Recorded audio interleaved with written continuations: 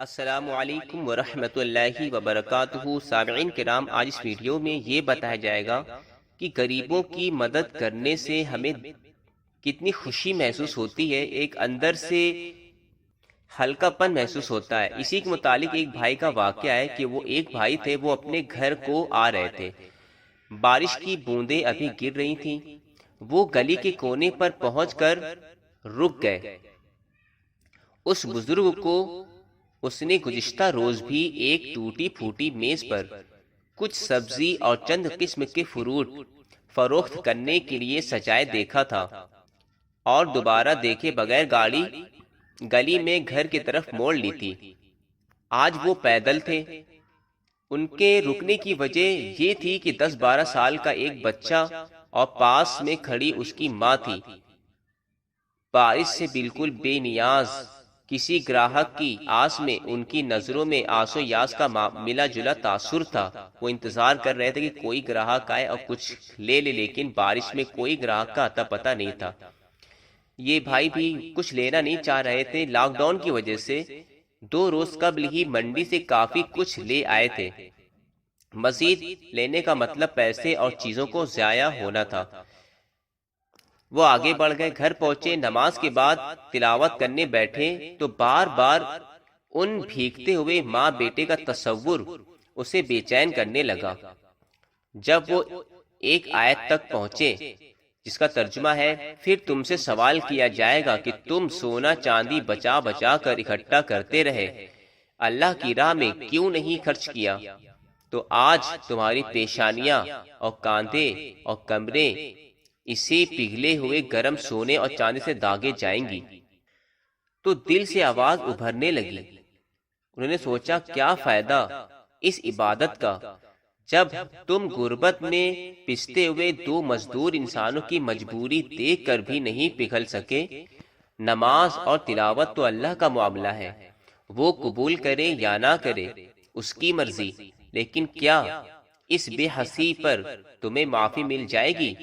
سارا دن فیس بک پر بیٹھ کر انسانیت کے لیکچر دیتے ہو، ہمدردی کی پوسٹیں لگاتے ہو، لیکن خود تم سے بڑا خود غرض کوئی ہو سکتا ہے؟ اس کا ضمیر اسے ملامت کر رہا تھا۔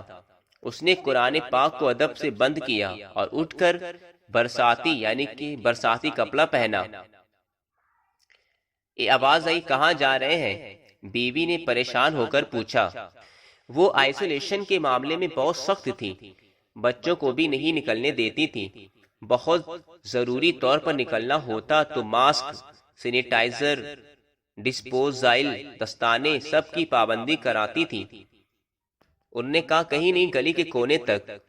وہ پرس جیب میں رکھتے ہوئے بولا، پھر پوری بات بتائی۔ اس کی آواز بھرا گئی، کون آئے گا اس پوش علاقے میں بارش میں ان سے سبزی یا فروٹ خریدنے؟ وہ گدھا گر نہیں ہے، محنت کش ہیں، ورنہ بارش میں نہ بھیگ رہے ہوتے۔ ٹھہریں، ان کی بیوی نے کہا، ٹھہریں، آپ ایک نیک مقصد کے لیے جا رہے ہیں، میرا شیئر بھی شامل کر لیں۔ جب ہی کمرے سے بیٹی کی آواز آئی جو یہ سب باتیں سن رہا تھا، پاپا میری طرف سے بھی۔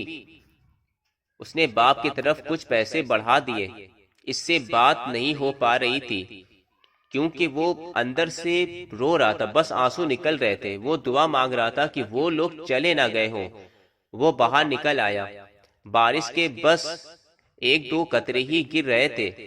گلی کے کونے پر ماں بیٹا اس طرح پھلوں اور سبزی کے میز کے آگے بھیگے ہوئے کھڑے تھے۔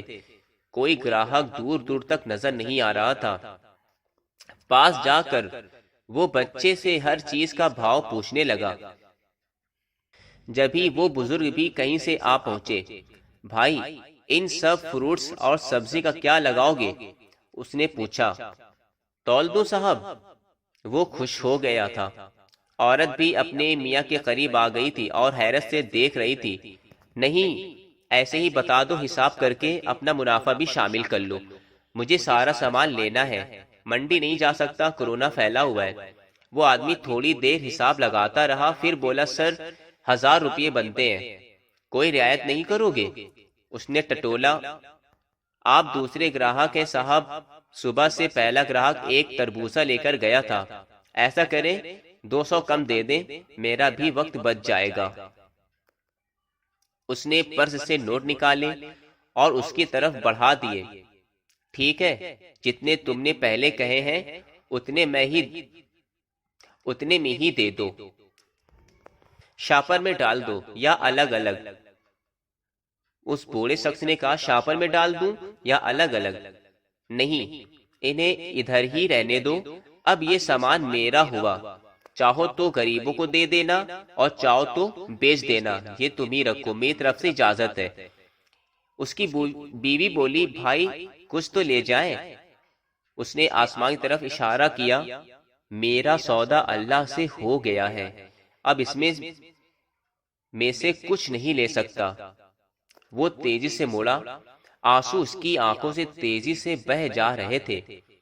یہ بیک وقت ندامت، خوف اور شکرانے کے آنسو تھے۔ گھر پہنچتے پہنچتے وہ منہ پر ہاتھ رکھے دہاڑے مار کر رونے لگا کہ مجھے معاف کر دے میرے مالک، میری کسی غلطی پر پکڑ نہ کرنا، مجھے تو نے سب کچھ دیا ہے، اتنا کہ ساری زندگی شکر کرتا رہوں تو لفظ ختم ہو جائیں، اور ایک طرف تیری یہ مخلوق ہے کہ ان کے حال پر رحم فرما، میرے اللہ انہیں بخش دے۔